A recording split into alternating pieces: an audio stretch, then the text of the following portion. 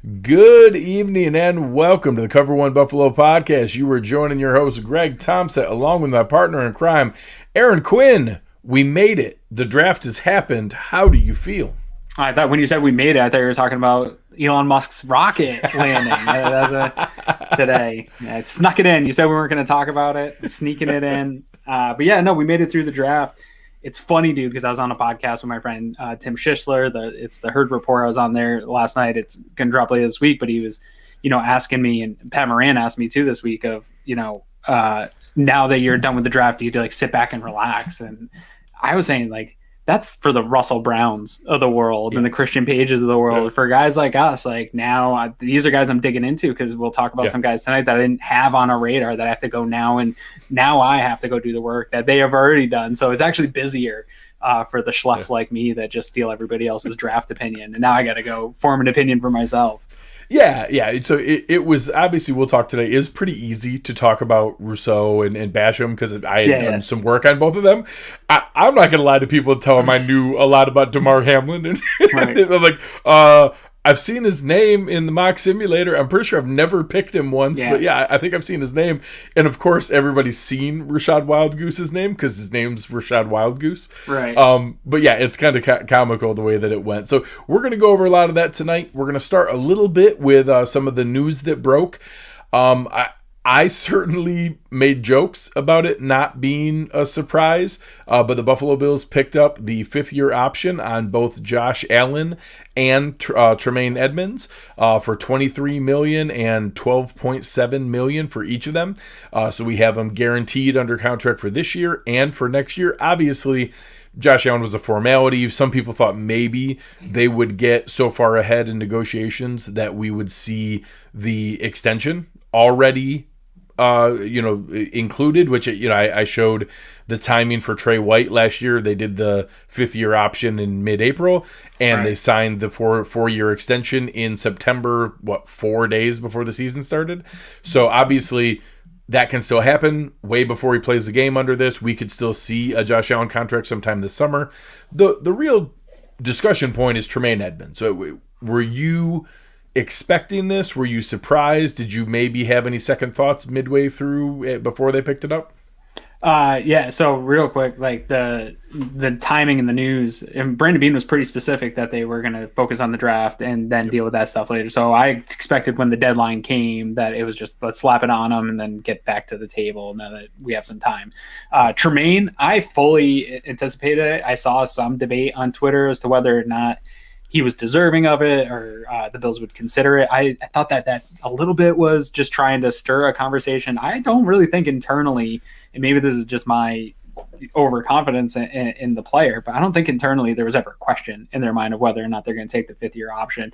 We talk about premium positions all the time. We hear it from Brandon Beane. It's why you take premium positions in the first round, so you have that fifth-year option. And another reason they have that fifth-year option in place is Tremaine Edmunds is the perfect example of why that exists. 100%. He had, his progression has not been linear so far in his career. He took a little bit of a dip after the injury last year.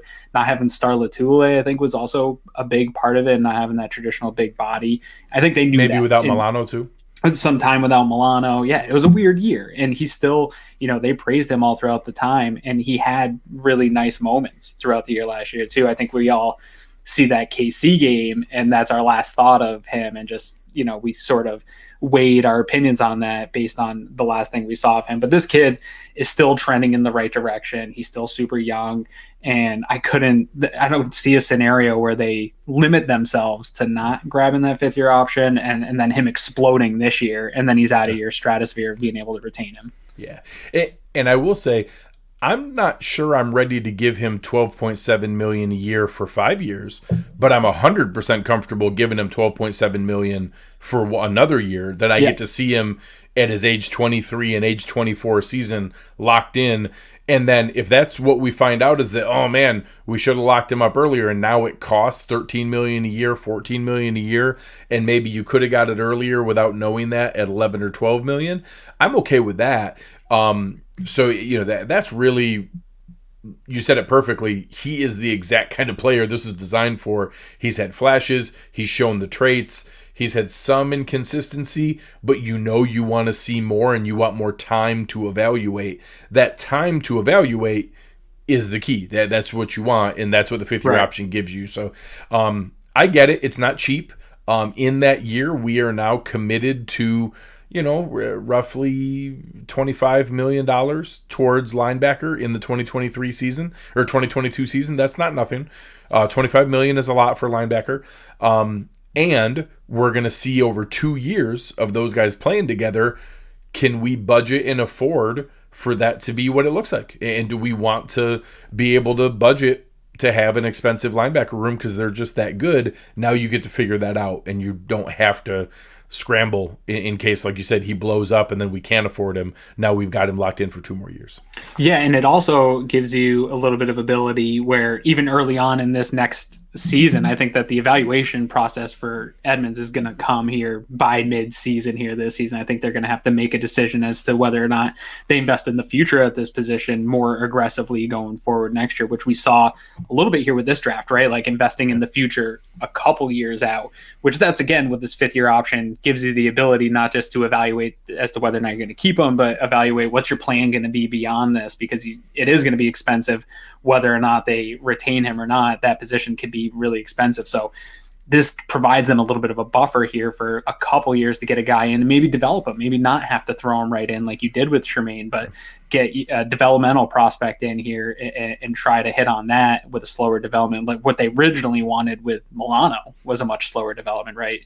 Yeah. So this is going to give them those options. And guys like Brandon Beane and Sean McDermott are going to take those options more times than not. Unless Tremaine just really fell flat on his face and we knew he was not the future, I couldn't see any way they weren't picking this up. Both Alexander and Ted talking about how young he is, and I'm always hesitant that that means there could be capacity for him to improve. It doesn't mean he automatically will. I do think, honestly, with the fifth-year option discussion, and that's the reason I said that the way I described those seasons, I like the idea that we get to see his age 23 and age 24 season before we decide, do we give him 5 years and $65 million? That youth at that point really matters. Overall, the age of the player benefits him a ton. He has more earning potential than most players. At some point, it doesn't mean his career will be longer. Correct. Like that, age is not necessarily what creates that longevity in your career. Yeah, the amount of hits you take as a linebacker, there's a point of diminishing returns at some point that he's probably not going to play till he's 35. Right. But like I said, I'm intrigued, and I do think it means there's the possibility that there's still more improvement into year 4 than what the average year 4 linebacker is because he is so young. I think that's reasonable.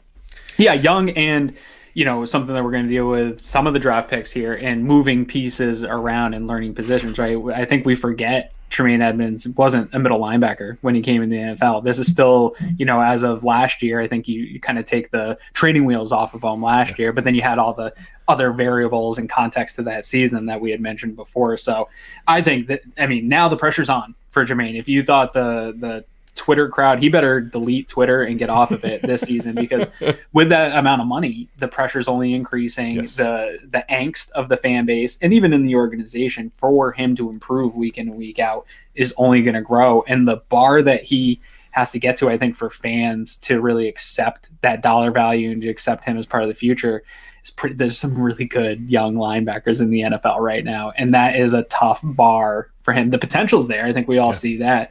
I don't know that he's going to get up with the Leonards of the world. Oh, Fred Warner, Fred Warner and Darius Leonard are about to sign enormous contracts. That, I don't mind the fact that he has that pressure out there and that he wants that payday too, and that is going to play for it. And Matt here asking, I will say some of the things when people look at stats or some of the different areas, he did try to play hurt this year. And when you ask, is he asked to play in coverage more than Preston Brown? Every linebacker in the NFL today plays more coverage than Preston Brown did, because the pass percentage in the NFL in the past 10 years, and Preston Brown, you're talking almost 10 years ago, in the London Fletcher years and things like that, when guys would have those kind of tackle numbers. Right. The NFL passes 15% more now than it did then. That there is a difference there. That it's certainly a much more pass-heavy league. And the reason I said about the evaluation period is Tremaine Edmunds needs to improve. He needs to take a step forward.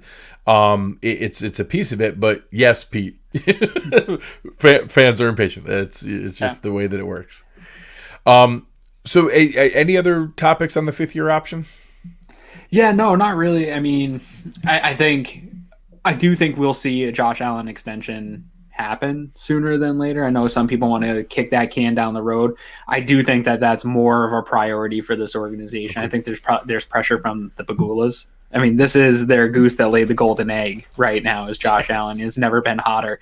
And everything else they've touched has turned to yuck in terms of sports. And I think it's really important to this organization, Brandon Beane, the Pagulas, to get Josh locked up as a sign to the fan base, a sign to the organization itself and the league that's the kind of team that they're going to take care of their guys. So I think the message that it speaks is, in my opinion, more urgent than necessarily he's playing in the media that they have a lot. I think they want to get this done, and I think they're probably back at the table as we speak right now, talking with his agent back and forth. I agree completely, and I do think that there's a pretty strong indication of it. So I would bet that that's who we see beforehand. But turning into the topic of the evening, the Buffalo Bills draft picks.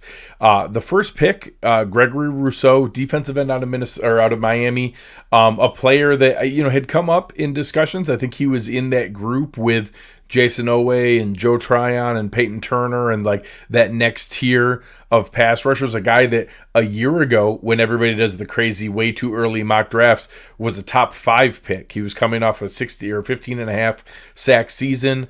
And then all the stories that have now come out that we're aware of, he opted out to be able to sign with an agent and have money for his mom, not to have to work as a ICU COVID nurse, which very respectable to do that. But now as you read it and you find out more, and I'll share Russell Brown's draft guide here in a moment, it was hard because a lot of evaluators were looking for that next year to be able to see. In what you've had a chance to dive into so far, what were your initial thoughts when the Bills picked Gregory Rousseau? Yeah, well, so you had mentioned the tier of guys that he was in with. I didn't have him on that tier personally. Okay. When looking at that, I had him more where I had Basham was in that later second round. So I was a little shocked that he was the guy there.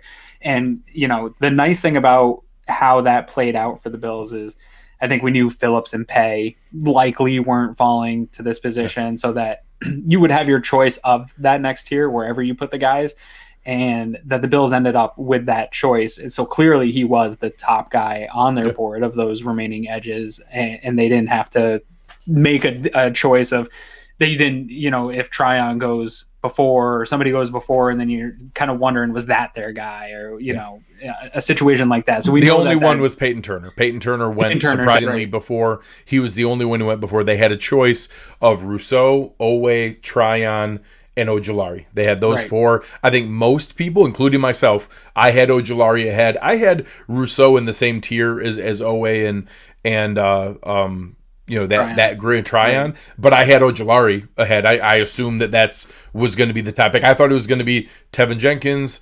Owusu Koromoa, Asante Samuel Jr. Or those 4. I said any of those 4. I was sitting there. I was very fortunate. I was like 10 feet away. I got to shake Greg Rousseau's hand.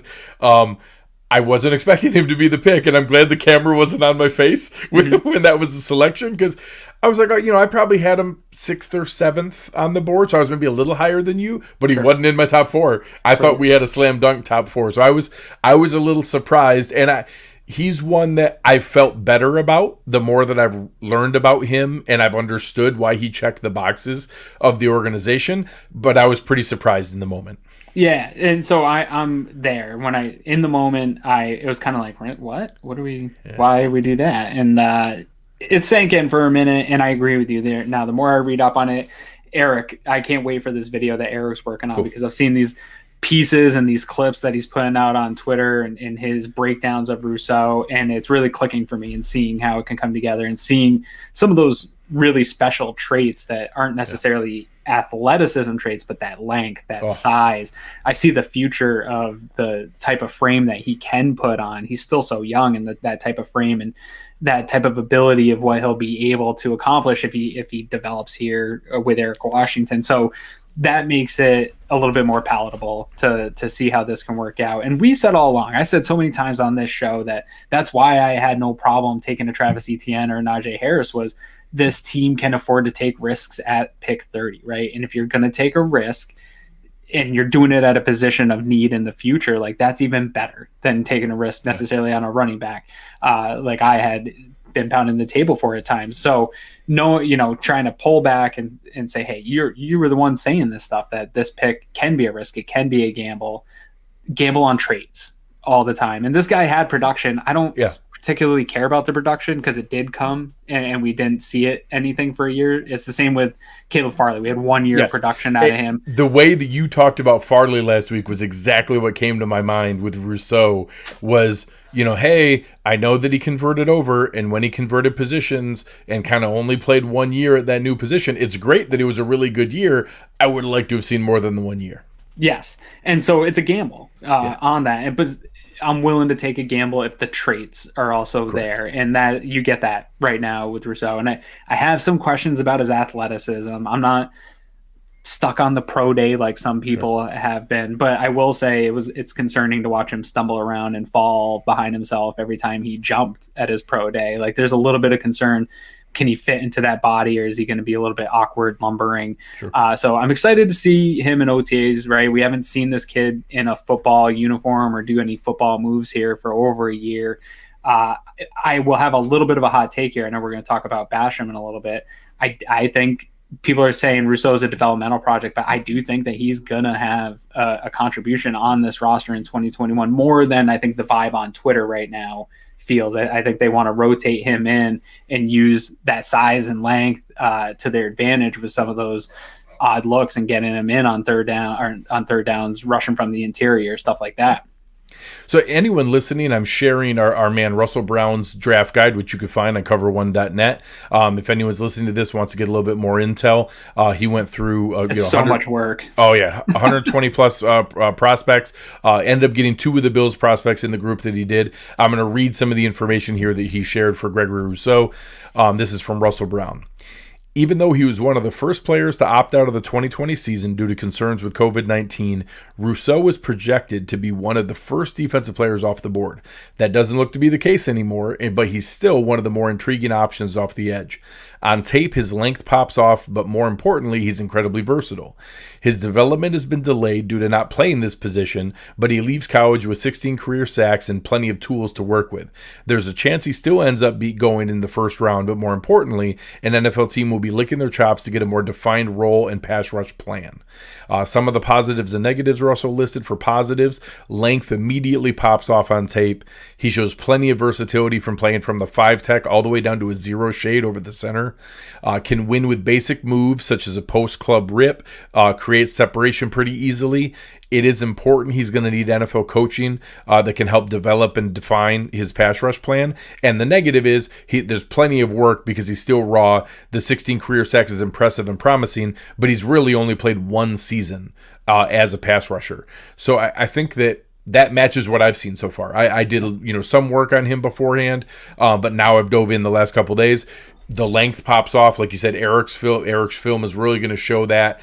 Being able to go through those traits, that's what you see, is that, hey, some of those 15 and a half sacks is a lot, no matter what. Like, there's no way around that. But plenty of them were hustle, coverage sacks and things like that, which I'd feel better if it was him, with a complex combination of pass rush moves getting by people. But I do like it that he's constantly hustling. And that was one of the things I liked in some of the write-ups that I saw was, at least if you're going through there, one of the ones that I really liked here for effort, Rousseau plays with good urgency on every rep and competes. He is routinely willing to pursue the football even when the distance between him and the ball carrier is significant. There's a good chunk of plays he made behind the line of scrimmage in 2019 that were a result of him continuing his effort to beat his man, get near the football, disengage, and finish. I get why they like him. I get why those things came across. And then you hear about, the honor student, doesn't drink, doesn't smoke, doesn't go out. All he does is eat, breathe, sleep, football. I get why the coaches liked him, but it was definitely a surprise. Yeah, no, for sure. First of all, I want to compliment you on your ability to read in front of an audience. That's fantastic work from you. But I will say one thing that I'm really frustrated by in the opinions on Rousseau later. PFF put out that score that they first of all, those idiots lump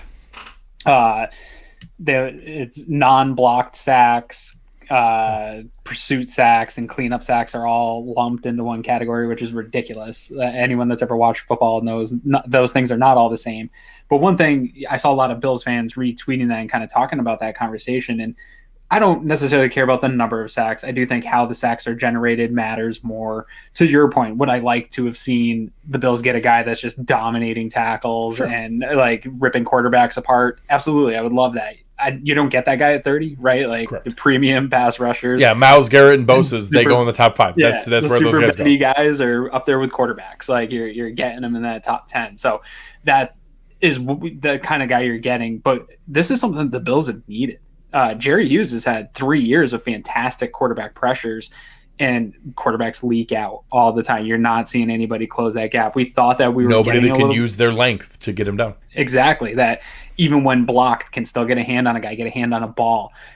Pass rush is such a unique thing. There's a little bit of an argument that goes on of is it coverage or is it pass rush that impacts it? It's a balance, right? And it's variable from team to team as to where the balance, shifts a little bit more to one unit or the other.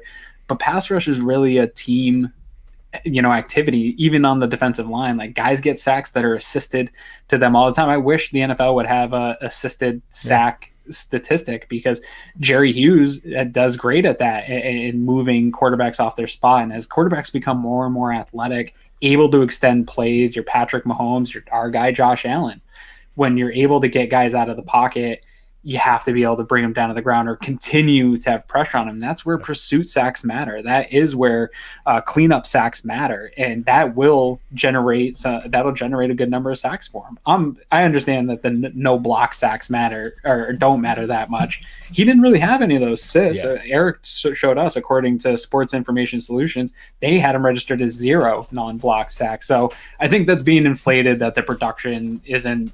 He didn't earn that production or whatever. That type of production doesn't matter. I think it absolutely matters. And I think there's a huge role for it on this team to clean up some of that mess, because we see quarterbacks aren't super comfortable in the pocket. We know statistically this has been the problem Bills fans have been fighting, because by every statistical measure of pass rush win rate, pressures, the Bills look fine. Everything except sacks. Everything except sacks. And so that tells me that guys are manipulating the pocket, getting out of the pocket, extending plays, and nobody's cleaning that up. So that's still a very important part of what they're trying to accomplish in the pass rush.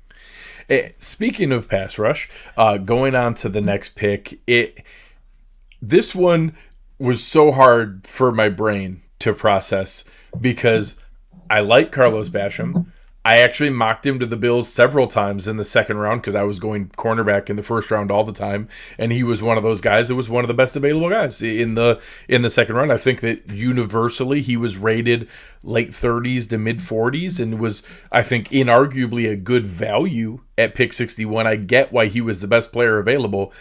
It absolutely fried my brain that we went back-to-back defensive ends. Like I could not process the information, and just short-circuited my brain for a good 5 minutes, and then I lost it on Twitter for like a half hour. It was, I think you said Mizzou, you knew it's Wake Forest. Yes, Wake Forest. Yeah, it happens. We're live. What did I last year? I said Cam Phillips instead of Cam Lewis. Yeah. And that still sits with me every night. The Basham pick was super confusing, right? Because I was with you. Pat Moran's podcast, we were doing mocks for weeks. In one of the scenarios, we missed on edge, and the weeks before, if you missed on edge in the first round and didn't take one of those second round guys, it was just dropped off. It was not. It was total developmental projects. Guys like Rashad Weaver, which I'm glad we didn't end up with Rashad Weaver now that he's in trouble. Yeah. That was all that was left. And so there was a scenario where we traded up and grabbed Basham early. We felt comfortable with that in that scenario, but we took a cornerback, I think, round one, so the scenario played out a little different. Then I contradict myself because there was a few positions that I was willing to double dip throughout this draft, but I didn't think it would be a back-to-back. Not the first two. But if the board does fall that way, and I think I still have to tell myself this was a position that I value enough and that I see a need at as far as bringing youth into this organization that I felt comfortable double dipping in this draft. So at the end of the day, now that they're drafted, I'm one of these guys that once they're in the building, I don't care what round a guy's drafted in, right? Like, you're just a member of this team. You start at 0 and you have to earn your play here. So not caring where they were drafted, I'm thinking of it as, hey, they double dipped at a position that I was comfortable double dipping in. It just threw me off when in the night they did it. So it took me a second to and it threw me off a little bit. But the player, go ahead. I was the same way. The defense end was my number one need. It's disingenuous of me to now complain that they got 2 players at my number one need. But for that half hour after the pick, I could not process it. Like, my brain just could not compute. Yeah. And so we had this conversation a little bit offline today, privately with Eric in the Slack channel and our little message board there. And I'm not necessarily as big on the Basham pick as I've seen a lot of folks. I'm kind of getting the feeling that people are seeing him, and he had the 5-year, college career, and he has a good amount of production, and Baldy's tape saying he's more of a refined pass rusher and that he might be able to make more of an immediate impact. I get it. I do see where people are drawing that. I'm just not seeing it myself yet. And I haven't watched a ton. I've only watched a couple games on YouTube of clips. And what I see from this guy is a guy that teams are not scared to run right at him. And that concerns me with the history of the Bills under Sean McDermott and their run defense. And I'm been told that this guy's got that versatility too to play kind of all around the line. But if nobody's scared to run at you, I don't know how much that matters. And what I do like about him, though, in the pass rush is I think he's kind of similar to what we were talking about Rousseau, of just like crazy amount of pursuit, the ability to, hustle and play contain. But I when I look at him, I don't see a guy with a huge amount of pass rush moves, beating up on tackles or anything like that. Like, I don't see a special refined NFL ready pass rusher when I watch him. I think he can come in and play in the NFL right now. I think he has that ability to be a good rotational defensive lineman for this team, but I don't see some guy that's going to come in and start over Mario Addison or anything like that, which is some of the stuff that I'm seeing out there. And maybe, if anything, I think this pick coming so early may be an indictment of Epinesa. I'm not sure yet. We'll get to that. I think that's an interesting question. I want to go to Russell Brown's draft guide here again for Basham, because it leads into your comment on the pass rush moves. So I'll read again from Russell Brown. Over the last 3 seasons, Basham was one of the most productive edge rushers in the country. He generated 33.5 tackles for loss and 19.5 sacks. Despite a shortened season in 2020, he was still productive with 5 sacks and 21 pressures per PFF. Much of his success is credited to his thicker body type and stronger upper body. He's shown the ability to rush with a blend of speed and power. At the next level, he'll need to develop a more defined pass rush plan as he goes to the well far too many times with his swim move. Playing as a stand-up edge rusher in an odd front seems where he's best suited to succeed. Look for him to be drafted on the second day of the draft with a defense that likes to attack and get after the quarterback. That should be a specific role moving forward. For his positives and negatives, thick body type with a strong upper body, shows blend of speed to power, can win by overpowering and bull rushing an offensive lineman. The pluses and minuses, likes to use the swim move and is effective with it, but uses the swim move far too often. Looked a bit heavy in 2020. So that matches a lot of what we discussed between Eric and you and I on, do we think he's Quentin Jefferson and they're going to keep him at the 285, 290? Or should he go back down to 270 and just be a power Mario Addison defensive end? And what we're going to find out is this a bigger indictment on a Vernon Butler, Harrison Phillips, on a Mario Addison, AJ Epinesa, based on what we're not going to know, but what they're going to tell him right now, and how they, remember, nobody knew that they told AJ Epinesa for that, and then we see him at camp and we're like, who the hell is that guy that we can see this chiseled jawline because he lost 25 pounds? Right. We're going to find out when Carlos Basham shows up for camp what they plan to use him for, and then who is that a threat for based on what they tell him to do. Yeah, and I think that's what makes the pick a little confusing and a little intriguing, right? Like, now that he's here and I get over my personal feelings of how the pick went, how do we use him? Like, what are the Bills going to do to use him? I think a lot of people seem real sure of how he's going to get used, and I really don't know. It's something that I'm really interested to see what happens this summer, really across this defensive line. I think there's some things that they're going to switch up in how they're using this defensive line. I'm really interested to see, because there's a number of pieces that can get moved around. There's a lot of talent there and untapped potential in youth. So it's a unit that I'm looking at, and Carlos Basham is going to be front and center here this summer to see exactly what their plan is for him and how that's going to be implemented here throughout the future with both him and Rousseau as now two cornerstones. You know, it's him, Rousseau, and Epinesa are right now in one Bills drive. That's the future of that position. 100%. And when you look at things like, you know, we've had the most expensive defensive line in the NFL in previous years, and I've explained that doesn't count all the edge rushers for other teams, count as linebacker, and it's skewed. But we've still spent a lot of money. The next 2 seasons, we're going to pay AJ Epinesa plus Greg Rousseau plus Carlos Basham under $6 million combined the next 2 seasons. That's really, really nice. And that's going to give us flexibility. And, you know, both Sal Capaccio and I put out some information on, hey, Mario Addison's deal is doable to get out of. I don't think it's exactly what they planned on, but I don't think they signed F.A. Obata because they planned on going back-to-back pass rushers in the first 2 rounds. Somebody talented is not making this team. And the good news is when you double up, and for anybody who's asking in the chat, we're going to do offensive players coming up here in the future. We're going to do the 4 defensive picks tonight and talk about some of the best available defensive free agents. So we're going to stick to defense tonight. So we'll talk about it with offense as well.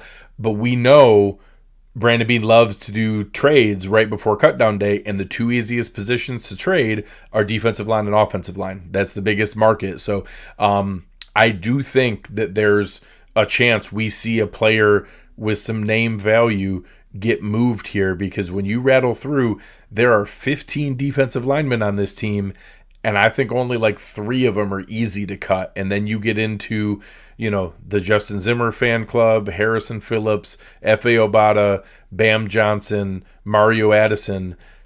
3 of those guys are not making this team, and that's a tough position. It's a great problem to deal with. That's an awesome spot to have so much depth that you want to keep 10 defensive linemen.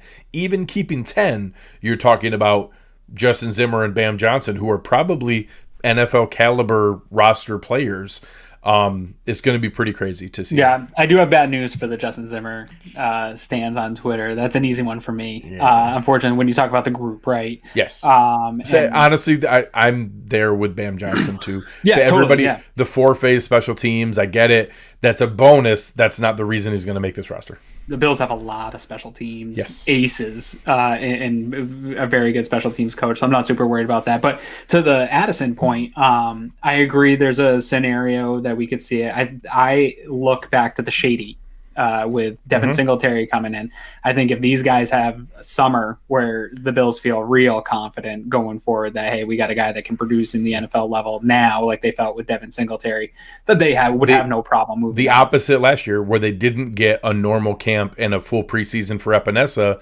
So they kept Murphy, right? So they kept Murphy. Right. They're going to have that this year. They're going to have preseason. They're going to have a normal camp. They're going to have a judgment on Basham and Rousseau to know.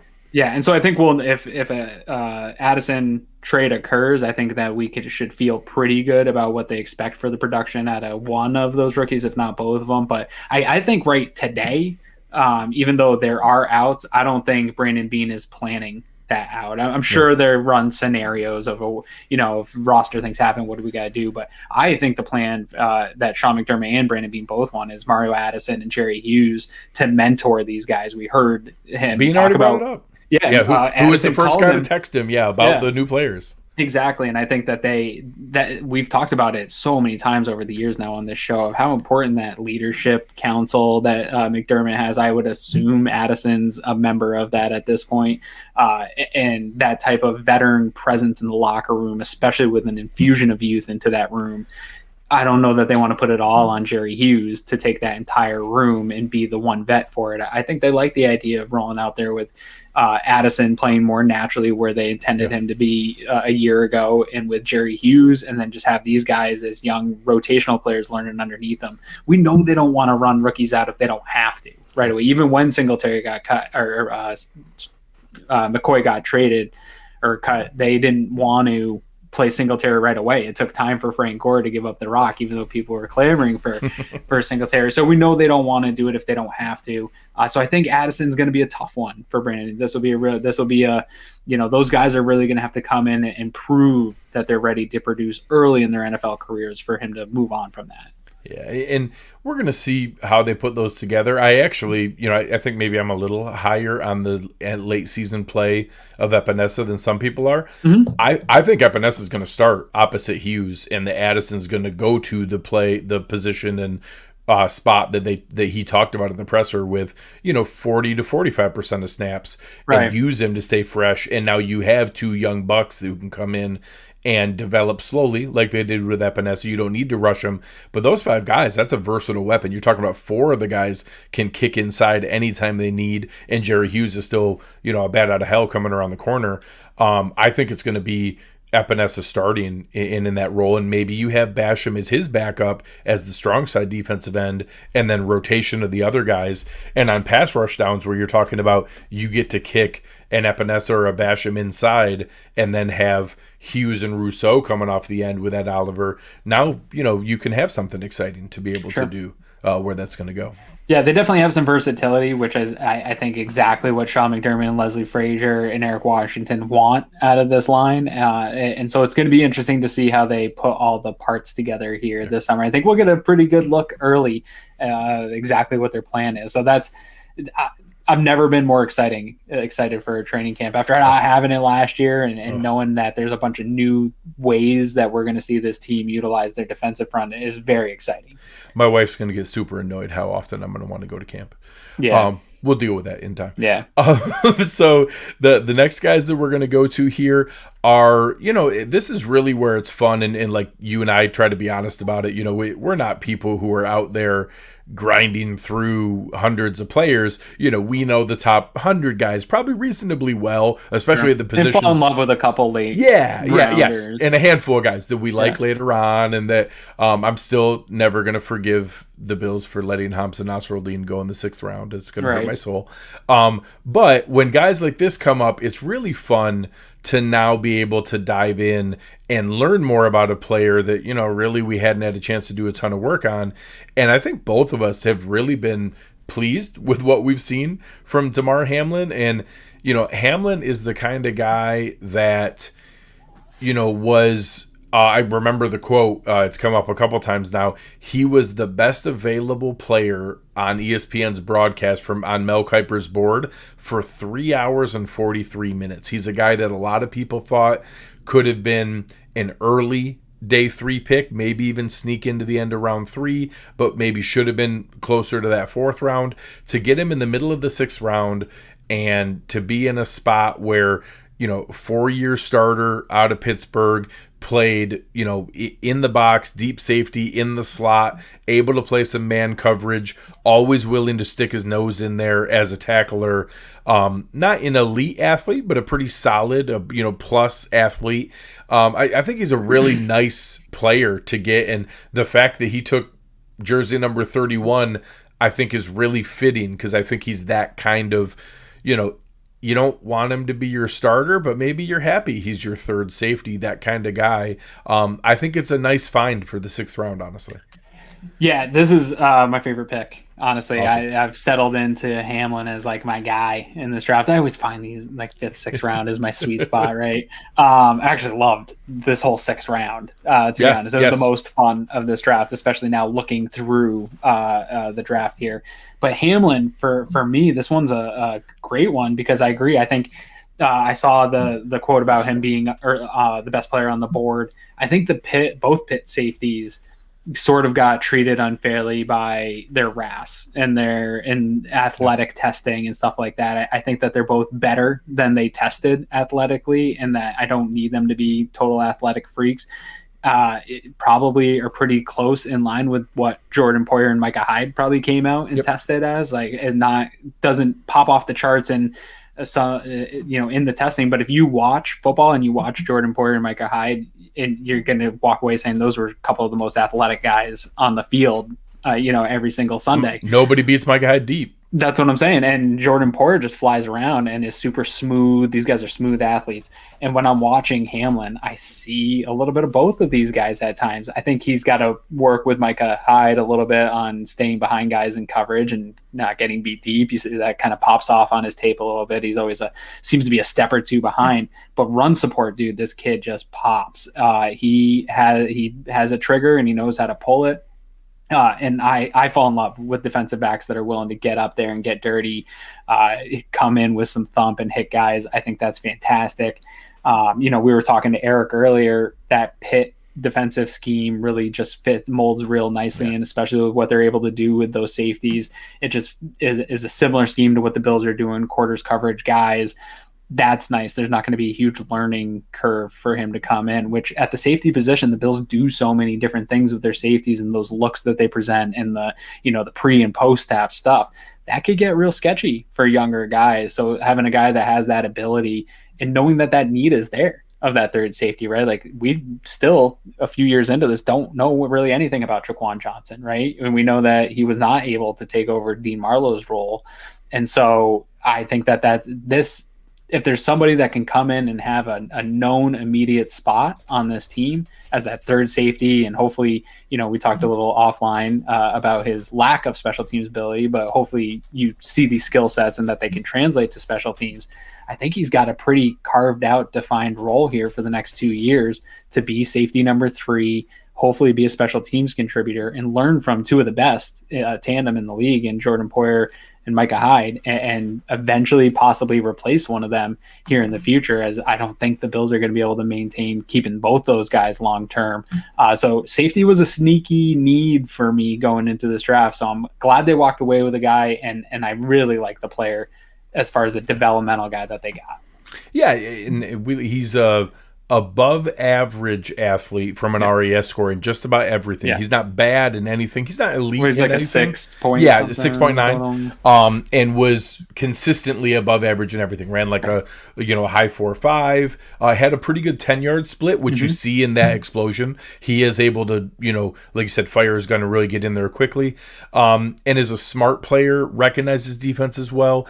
Pretty good ball skills, not elite or anything like that, but he recognizes what's going on. And is just a nice player to get that late. That's not the kind of guy you can normally get in that kind of spot. And I think that it's going to be a good, tough player that, he hasn't played special teams, but I think has the skill set to play special teams. And is a guy that I think can make a role there, plus compete with Jaquan Johnson for that third safety spot. We need 4 on the roster anyways. And we'll get to it with the best available free agents here at the end of class, kind of go through where that comes up. But yeah, I was really pleased with the pick, and I thought it was a nice choice. Yeah, that's fun. The next one is one that I knew purely based on the name recognition, and that's Rashad Wild Goose. Wild Goose is really interesting as you find out more.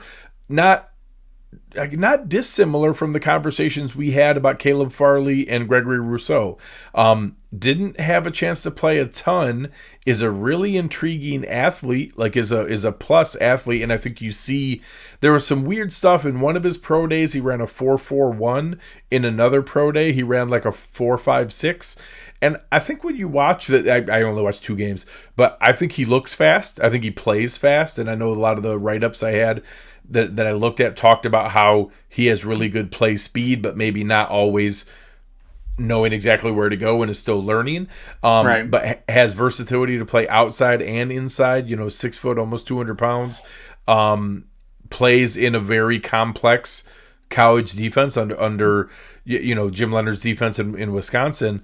I think he's an intriguing player. I think that maybe his best spot is in the nickel, but I like that he can play both inside and outside. And again, is a player that, I love the fact that his negatives are maybe he's too physical sometimes. That's a good problem to have at cornerback.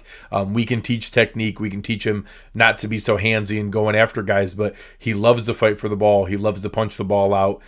He likes to get right up into the cornerback's faces. He's really good in press man, and does it well out of the slot. That's an interesting combination for me in the 6th round, and I think a very low risk, high upside play to get an athlete that maybe you don't get if he's able to stay healthy that whole season and puts more film on the board. Yeah, real quick, I got to address Ron Beck. How dare you say that Sarah Neal is likely a goner? We'll address this often throughout the offseason here. You take that back, first of all. To Wild Goose, I like this pick a lot. Yeah. I think we all knew that they had to walk away with a cornerback. Our guys, Bruce and Joe, were talking about athletic cornerbacks that can turn and run. So I think everybody, while it's not the high draft choice that you wanted, again, I'm the kind of guy that throws out where guys drafted once it's in the building. And I think that you nailed it, that it's a high reward, very low risk pick. It's a 6th round cornerback. If we never hear anything from him and he's just a guy that floats around at camp a couple years, and that's what you sort of expect from the 6th round. And if he comes in and contributes in any meaningful way, or does what a Matt Milano type position can do, then that's a huge reward for the Bills. So this is a great place to take a developmental cornerback. It was a need. There's space for him on the roster. So this all makes a ton of sense. The speed is something that the Bills don't have, that ability to turn and run. I agree with you that, I think the knock on him of being too physical is an easy fix. It's not like a knock that you can't run or you're not athletic or have too short arms. Like those things are things you can't do anything about. He has all the tools that you need to be a successful corner in this league. Now it's just about the development. And if we know anything about Sean McDermott, Leslie Frazier, and Babich, is that they can take guys and get more out of guys that maybe don't even have the type of skill sets that he had. We've seen the development of EJ Gaines in the system, who played really well. Levi Wallace, we've seen Levi Wallace, Taron Johnson. Like, I know people are frustrated with these cornerback positions, but they've maximized and really limited big plays and huge mistakes out of this position for 3 years with kind of a hodgepodge of dudes. If you look back at who's been a cornerback for the Bills since the Sean McDermott era, Leonard Johnson had some success playing in the top 10 defense in the NFL because what Sean McDermott and Leslie Frazier are able to do at that position. So I'm excited. I think this is a good room to enter for him. And I agree with you. I think, everybody was really quick to say, hey, we really need a cornerback too. It's the thing we have to address the most. But I think a sneaky need is looking at Taron Johnson and knowing that contract is also going to be coming up here. That 2018 class is coming to roost. And Taron Johnson's also going to be looking for a contract if he has more big plays like we saw. Or, somebody's going to be willing to pay him for that past success that he had. And they need to find a replacement for a guy like that. And even if Taron Johnson does stay, you have to prepare and find a replacement for that. So I do think his path is right there in that nickel spot. They tried replacing Taron Johnson a couple of times. If he has a slow start again to the year, they're going to try it again. They were willing to put Cam Lewis out there. I think that they would be probably fine to put Wild Goose out there too. And so this is a really interesting one to me. This is a battle that I'm looking forward to watch and seeing where he is going to line up and what battle he's going to participate in, because that slot, nickel position and cornerback 2 are both going to be really a couple of the hottest battles, in my opinion, to watch this summer. 100%. Chris here asking if we're going to go into some of the undrafted free agents tonight. I will say it is fun that Elijah Griffin is Warren G's son and Dr. Dre's nephew, right. And that it gives me a chance to scream regulators because it's fun to mount up. He's not going to make the team, and neither are any other undrafted free agents because we have an insanely deep roster, but I'm going to root for him, and I'm going to use it as an excuse to tweet about regulators. I can see some of these guys, though, for sure. Like, we do this every year, and I'm sure they'll do where if a couple of the Bills undrafted free agents have a fun camp or something, people go, they're going to get picked up. They'll probably all be back on the Bills practice squad if they want them, because that's how the practice squad stuff actually works. So these are all, we don't have to talk about the names and the players, but there'll be guys to keep an eye on because they will probably be featured on the Bills practice squad throughout the year. Yeah, I did that ratio last year. I showed over the last 5 years, we had exposed whatever the heck it was. I think it was like 96 guys to waivers. 3 had been claimed. It just doesn't happen the way people think. No. So we did lose Vincent Taylor last year. That was real. I think we wanted Vincent Taylor back, to be honest, as the rotational one tech. So I mean, it can happen, but people assume that all these guys are going to get stolen. It just doesn't happen that way. Right. Taylor asking smart questions. When do we sign Nelson or Sherman or someone to help this year? Well, guess what, Taylor? Our next topic is the best available defensive free agents.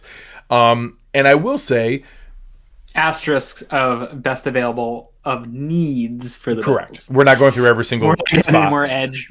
Yeah, we're good. We're all full up on edge rushers. If they sign Melvin Ingram, my brain is going to melt. Yeah. So we're all stocked rock solid at edge rusher.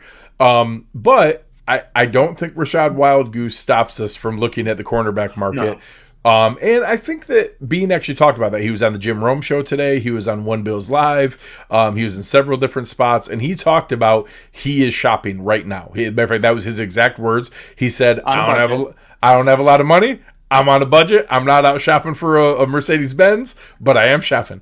So this is really the spot where the Bills are going to be looking at, hey, who is out there that just wants to try to win, is willing to come in on a cheap deal, maybe some incentives out there that they could earn some money back that would come out of the 2022 salary cap, but is ready to come in and compete. And I think you and I did a little bit of work here on some players that we like. We'll start at cornerback. The top 2 for me are Steven Nelson and Richard Sherman. And I know you've been a fan of Sherman, so I'll talk about Steven Nelson a little bit first.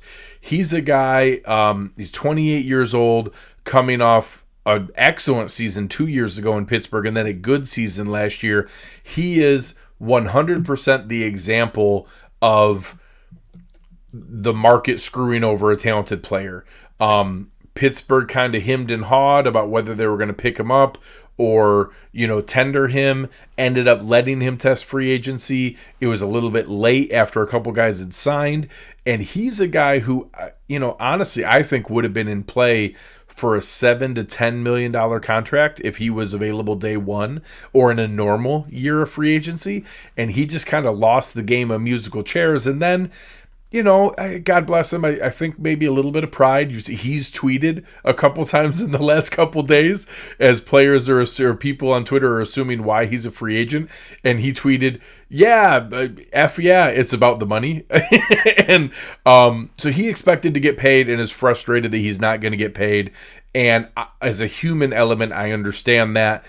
If it gets to the point where he comes to accept the fact that he's not going to get the payday that he wanted, I do think Buffalo is a spot that he could rebuild some value and probably come in and get a starting spot. I think he's the kind of guy that would not, they'd say it's a competition, they don't hand anybody anything.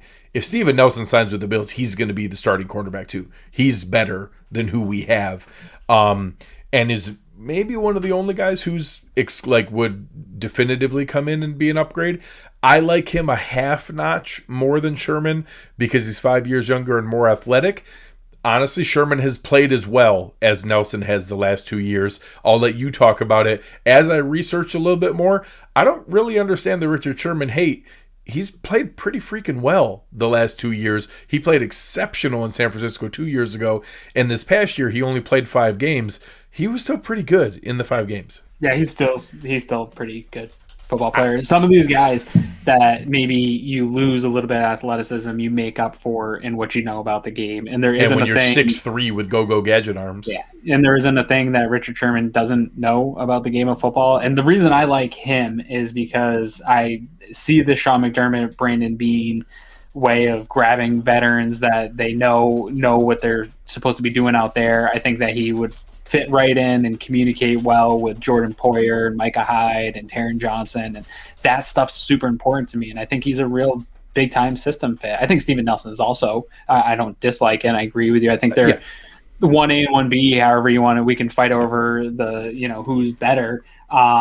I just like the idea of Sherman on this team. I think he's processy. I think he fits everything Sean McDermott wants out of that position. Somebody in the chat here said that Richard Sherman was a cancer. I've never seen that. I've never seen him destroy a locker room. We only hear positives about players that have played with him. He's a mentor, a leader.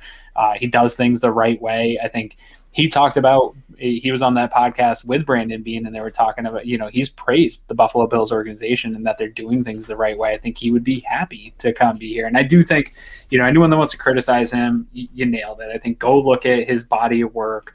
Since he left since he left Seattle, he's still a very good player. I think that it just gets this kind of idea that because he's older now that he's somehow definitely washed. It doesn't show up in that way. Mm-hmm. And he's not going to come in here and be that athletic cornerback that people are clamoring for. But I do think he comes in and immediately is cornerback 2. And I think that he's an upgrade over what Josh Norman was supposed to be a year ago. And I think that he is an upgrade over Levi Wallace. And I think it improves that position, even in the short term, again, while they continue to figure that out. Because the cornerback class was real nice this year, but cornerbacks and wide receivers almost year in and year out in the NFL draft are full of athletic freaks, good prospects. I think there's going to be another chance here in this next draft for that pick to hit for Brandon Beane to really solidify that position for years to come. But now, whether or not they land a Nelson or a Sherman, doesn't matter a ton to me. I'm sticking with Sherman as my guy just to be different from you for a minute, but I do think those guys are both already had conversations with the Bills. If I had to guess, those calls have already been made. They know the needs there. These are the top 2 guys in my opinion. I guess they have standing offers. Sure. They're out there, and people connected Sherman to the Bills for a while now, and we've talked about it. So I'm sure those conversations. I bet they even had conversations with both these guys that, hey, let us wait and see how this draft falls, and we'll, if it doesn't fall our way, we would love to bring you in. And that's exactly where these players were all sitting in free agency over the last month, anyway. Yeah, and I will say, don't Matthew was talking about it here. Don't confuse. Richard Sherman is very outspoken. Richard Sherman is very he uses his platform and his voice very passionately. He's well spoken. He's intelligent.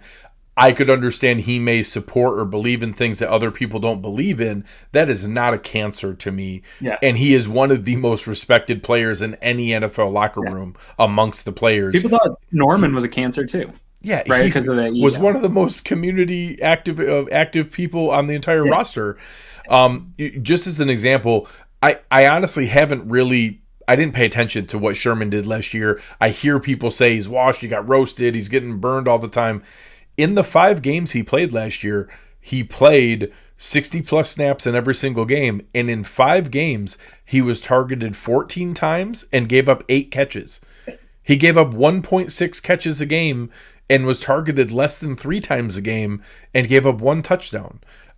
He wasn't roasted or embarrassed. He still played pretty well. And, I think it was overblown. And in 2019, he played phenomenal. He played fantastic football in 2019. He was all pro 2 years. He was an all pro cornerback in 2009, second team, but he was all pro 2 years ago. Yeah. So a couple guys in the chat asking about cap space. We don't have a ton, but we have some options available to free some up. We can easily do what we did with Trey White and do a base restructure with Deion Dawkins that opens up almost $5 million more. It's like $4.8 million more. We have just under $4 million now. We could get it up to $7 $7 or $8 million with no real effort. And then there's other moves they can do if they need to. If they want it, I guess. Prior to the draft, I thought they were going to extend Jerry Hughes. Now it kind of looks like this might be the last season for Jerry Hughes. But there's other things they could do to be able to free up money. We could get up to $7 or $8 million pretty easy. Any of these guys we want to sign, I think they would do like they did with Emmanuel Sanders and use void years to spread out a little bit of the cost that, hey, they finally get to a number with they think it's going to cost $4 or $5 million. They could easily get that to $2 or $3 million with no effort with the void years and spread that out. That wouldn't be a concern. A couple other cornerbacks, again, both of us think Wild Goose is more of a nickel and competing with Taron Johnson. If they don't think that and they think Wild Goose is an outside corner, Brian Poole from the Jets is a player I'm very interested in. He's a guy who has played well for multiple years, is still 28, really active, good tackler, not perfect, but is a good, tough nickel corner and somebody that's there. I know some people have brought up guys like Brashad Breeland and Garyon Conley. I don't know that they're any better than Dane Jackson or Levi Wallace. If we're making a move, I want it to be a Steven Nelson or a Richard Sherman who can come in and start for us day one. Of course, I wanted a cornerback in the first or second round, so we don't have to worry about this crap anymore.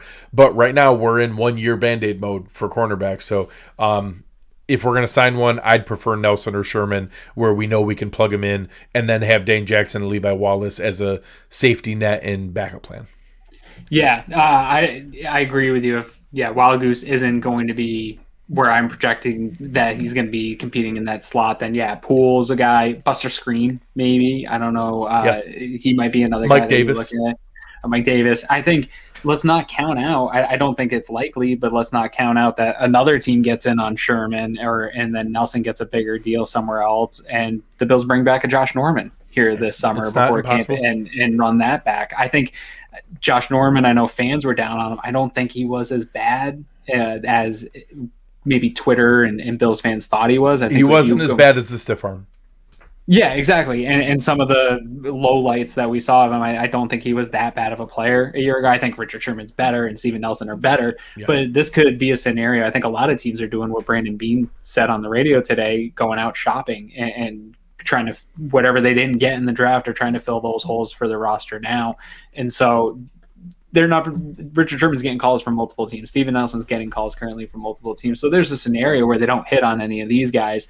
And then I could see a Josh Norman coming back. But I think we will see an addition to that room in free agency. And I've said that even before the draft, I thought that they would add to this room in free agency if they weren't able to land a cornerback in the top 2 rounds. Yeah. Danny B, right on time here with, do we need to sign a one tech? That is the other position I was looking at. When you go to the defensive tackles available on the market, there's plenty that maybe have a little more name recognition, like a Geno Atkins or a Sheldon Richardson. That's not the exact kind of player we're looking for. Not that I wouldn't find a way to fit them. I mean, that's fine. But the two that really interest me are Jarrell Casey, who had been with Tennessee forever and then had a cup of coffee with Denver before he got hurt, and Shelby Harris, who had been in Denver for a while. Both of them are really strong run defenders. They are stout one-tech guys who, we don't know exactly what's there with Star Lotulelei. Our friend Matthew Fairburn did confirm he plans to come and play. He is going to play and come into camp. He's a professional, so I'm sure he's been getting his body ready and didn't sit there on the couch during the year he opted out. I'm sure he, kept himself ready and is now ready to come into camp. And, he's a proud man that wants to play good football.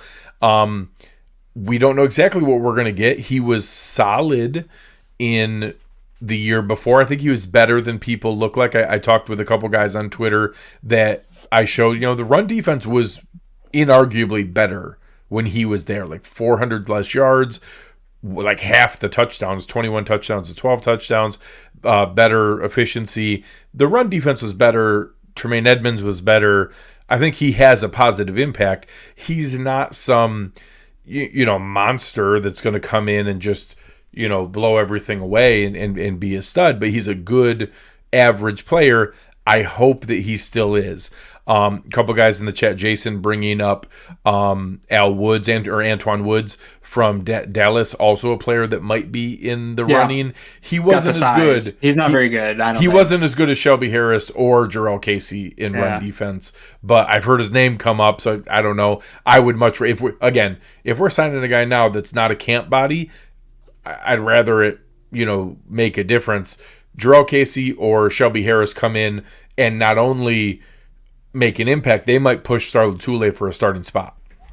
Yeah, this one's going to be interesting to me because there's not a clear defined role other than taking over Star's role, right? Like, I don't know that the numbers are going to play out to bring in 2 one-techs here to roll into the season with. We just talked about the defensive end numbers, and we talked about really the defensive line as a whole and how this. If they do one of these signings, it means Harrison Phillips is not making this team. Yeah, and so good players aren't going to make this team, and I don't know that they're ready to give up on Harrison Phillips yet, or what their plan really is for the defensive line. I think if they feel confident, the nice thing about a Star Lotulelei is because he's not the player that you described that is going to come in and just blow up, interior offensive linemen and get tackles for loss and get a bunch of sacks from the interior. He really needs to eat blockers. If he can still do that and have that strength, he doesn't need to come in and peak physical condition in terms of his speed and athleticism. He needs to be able to still do what he's done.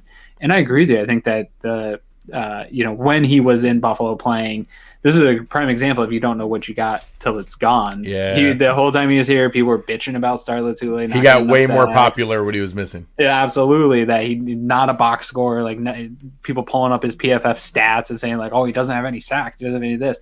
When you watch him back, it just makes everybody else's lives easier. He's a linebacker's best friend. I think whether or not it's Star or another big body, I can't wait to see Ed Oliver play with a real one-tech and take off some of that double team pressure that he faces. And I just think it makes everybody's lives easier. I think Star is going to be the guy. But if they bring somebody in, then I think that person's here to stay, whether or not Star does. And I do think it means that Harrison Phillips is gone, or, clearly Zimmer would be gone at that point too. And I'll say Jarrell Casey more than Shelby Harris. Shelby Harris is Star Lotulelei. Right. Run defense, keeps linebackers clean, not a lot of pass rush, just a stout run defender for a 20-25% of snaps guy. Jarrell Casey is an all-around defensive tackle. He's really good against the run. He consistently grades great against the run, has a lot of run stops, doesn't miss tackles, but he also gets you 40 or 50 pressures and 7 or 8 sacks. That's not nothing from a defensive tackle. Right. He is a impactful player. So again, he got hurt. He is age 31. There's no guarantee that he's going to be, ready to go and making a huge impact. But I do think that he's the kind of guy that would be a material upgrade over Zimmer or Phillips and would come in and make it so Star only needed to be minimal snap count rotational guy, and all of a sudden Casey is the guy next to Oliver eating up a lot of snaps and playing a healthy amount. I'd love to, they didn't make any pick at defensive tackle. He's a guy that I would love. Obviously I went head over heels for Tyler Shelvin, but also liked Elam McNeil and TJ Slayton and Bobby Brown and those other guys. I thought it was a nice chance. Barmore quite a bit. Yeah. Christian Barmore was a stud, or Levi Onwuzurike. There were opportunities to do that in this draft. And we didn't. We got other good players, but I do think that those 2 spots are the ones, if I had to guess, cornerback, outside corner, and run defense, defensive tackle, ideally one that could have rotated into pass rush. Those are the 2 spots I think we're making offers at. If somebody can offer Jarrell Casey or Shelby Harris more money, of course, he'll probably take that. Sure. But I do think we're making offers to guys like that. Sure. But to clarify a little bit, Star is not going anywhere. Like, his contract's not cuttable. Correct. Yeah. You can't. It's not even that tradable. Like, we eat if we cut him, it's $11.4 million for him not to be on the team. It's $7 million for him to be on the team. Him opting out last year financially was not great for Buffalo. It pushed everything back. It was already in a rough spot. But there's nothing we can do. You cannot cut Star Lotulelei, it costs us more to cut him than it does to simply keep him. I just want to clarify. Yeah. But yeah, anybody who talks about cutting Star Lotulelei, tell them they're a nincompoop. That's not real. Yeah, and we did forget about here. Richard Greenwood talks about don't forget about Butler, and we totally have been talking about defensive line all night. Didn't bring up Vernon Butler. I'm pretty comfortable forgetting about Butler. It's fine. But the Bills, I agree that I think they went into the draft trying to fill as many spots as they could. And same type of thing with F.A. Obata, right? Like, we didn't plan to bring in 2 people at your position. We wanted to make sure that those positions were filled. I think that's what Vernon Butler was. I don't think he prevents them from making any additional moves at the position. And the same thing with Mario Addison. Vernon Butler taking a pay cut made it more palatable. Like, he was at a number that I still would have preferred that they cut him and moved on and used the money elsewhere. The fact that they brought him back at a reduced cap number, he's fine. Like, he's he's not terrible. He wasn't bad last year. I liked, and I think both you and I liked Quentin Jefferson more and would have preferred that we kept him. But Vernon Butler wasn't as bad as people like to make it out to be. He was fine. Sure. And he'll be fine this year as a rotational there's backup a lot defensive tackle. When we're talking about this Buffalo Bills defense of last year, 2021, I keep reminding people this was a top 10 DVOA weighted defense a year ago. It's not like this is some trash defense that we're trying to really repair, right? It's tweaks and maybe just bringing in some guys that fit what they're already trying to do in a Nelson or a Jarrell Casey type thing. But these players that I think that we like to pick on or scapegoat on from this last year, there was a lot of context and variables of where struggles happened, how they occurred. But I think what we saw pretty much across the board on this defense was as the season went on, the entire unit got better. Not just AJ Klein didn't just get better. Vernon Butler got better. Levi Wallace got better. Like, all these guys started to hit their stride as some of that context and variables that we talked about started to settle as we got halfway through the season.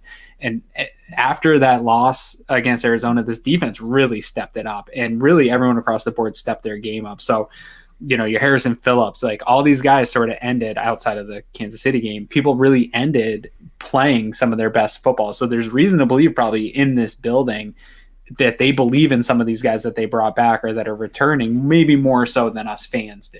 Yeah. And Pete makes a point here. I am an enormous Brandon Beane advocate. I think that he structures team-friendly contracts as well or better than any GM in the NFL. It's important to realize that doesn't mean he's flawless. That doesn't mean he never has bad contracts. The Star Lotulelei contract was a iffy contract when they did it. He guaranteed more than he normally did. He did more signing bonus than he normally does. Then it was compounded by the way the CBA was written when they let players opt out and you could completely toll everything over an extra year. They didn't plan on that. So he gave him his least good contract. It wasn't terrible, but it was his worst contract. And then it looked worse by letting it push back a whole extra year. But yeah, even the best GMs and the defending executive of the year, they whiff sometimes. And, sure. I don't think Star Lotulelei is a bad contract. He was never a $50 million player. No, but we got to remember, Brandon Beane, Sean McDermott pay inflated rates and inflated prices for what Star brings not on the field, right? Like, being a part of this defense, being a guy that they trusted and knew. Yeah, this was getting that process, that culture, the leadership council in place, and they overpaid for it. And we've seen it for a number of times from Brandon Beane and Sean McDermott. I think they'll continue to do it. I think that's why they'll attack a guy like a Richard Sherman or, people like that have that leadership quality that they're looking for, and they pay a premium for that. And it doesn't translate necessarily to the statistics or anything like that. We don't know what the value is behind closed doors, but I guarantee you the entire organization is excited that they have a one tech and that a guy that is also part of that leadership council coming back into their building here in 2021. I just want to make sure you saw that comment real quick. It was his worst contract. Yeah, it was. And Danny, thank you very much. We really appreciate it. AK Cash asking, F.A. Obata was a signing I really sneaky liked when they made it. They obviously didn't plan on drafting edge rushers in the first and second round when they drafted him. His skill set is very similar to Carlos Basham in that it's a power edge rusher who can kick inside, doesn't have a super developed pass rush plan, but gets by with a lot of hustle and athleticism. I do think he has a tougher time now than he did 5 days ago. Yeah. But yeah, I think he still has a path. It's so possible he's that 9th defensive lineman competing with Bam Johnson, Harrison Phillips, Justin Zimmer, those kind of guys. Yeah, I think there's definitely a path for him, and I'm still excited about him if he is on the team. Yeah. It's also an AJ McCarron path of guy we signed that we trade before he ever plays for us. Yeah, and one of my hot takes this summer, I was feeling like we were going to get the most pass rush production out of him, out of all the edges prior to the draft. So I like him. I see how he fits, but I agree with you that while I don't mind redundancy, it might be overly redundant to keep Epinesa, Basham, and F.A. Obata with some of the things that we talked about. If they bring in another defensive tackle, that's going to make it worse probably for guys like that are fighting for that 9th spot, because I do think that there's some investment into a Harrison Phillips that makes it tougher to necessarily get rid of him. And I think that he fits a lot of the process and culture stuff that maybe keeps him on a roster versus a F.A. Obata who's new to the building and they don't really have any invested interest in his success going forward or not. So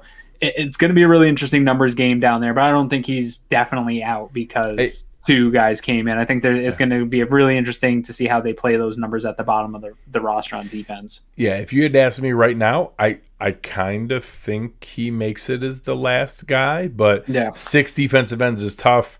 6 defensive ends and 3 defensive tackles would be a first for them, even though 5 of the 6 defensive ends can kick into 3-tech. I think it makes it possible. But I think he's right there, and it really is, it very possibly is Harrison Phillips, Justin Zimmer, F.A. Obata, and Bam Johnson fighting for one roster spot. 10 defensive linemen is possible. It's going to be really tough. I think those 4 guys are fighting for one roster spot. Yeah, it'll be interesting to see how some of these other positions shake out too. I mean, that we talked about for years. Are they going to need a different returner, or is Isaiah McKenzie going to be able to be the returner and a wide receiver finally that they keep? Because if they need to keep an extra guy, that's going to hurt you on the defensive line. And so they're going to be looking for the versatility to finally pay off at other positions, so that maybe they can buffer it on a position that's a little bit deeper with a little bit of more development needed into the youth of it. So you have to keep some guys on the roster. Yeah. Speaking of which, we will be talking about that coming up here next week. We will be giving you a live reaction to the NFL schedule, which will be released 1 hour before our show starts.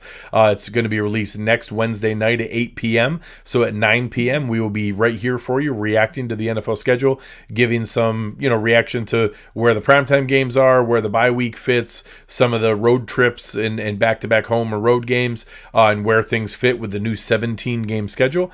Then the week after that, we will be doing the other half of the draft class, giving you our reaction to the 4 offensive players, some of the offensive undrafted free agents, and the best available offensive free agents that are on the market still, to be able to go through there. And then once we get those couple weeks, we may bring on some other experts to give us maybe their thoughts on the draft class. And then we're going to start on our regular offseason of position previews, and we will be going through as we, give us 3-4 more weeks here. We'll see some of the other free agent signings add up, all of the UDFAs, get the roster up to 90 players, and we'll go through and start breaking down each of the positions on the roster and what it's going to look like as we lead up to training camp. You said other experts as though we are experts at anything, or the other guests that we had on previous to this week. Yeah, other people experts that we asked that question. Correct. Got it. Very important. Very, very important.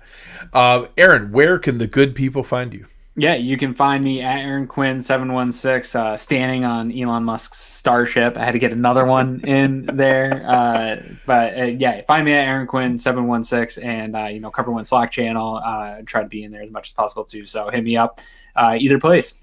I will give a special tease. We've got some fun and exciting news coming up for cover1.net that will be worthwhile for you guys to come check out. Join as a premium Slack member. Some new fun content coming that we're excited about.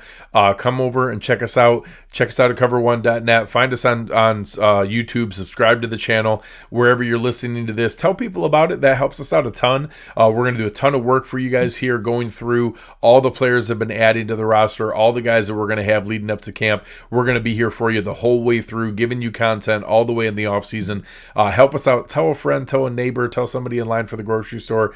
Tell them about Cover One. Come over and find us. Give us a rating. Give us a like. Give us a review.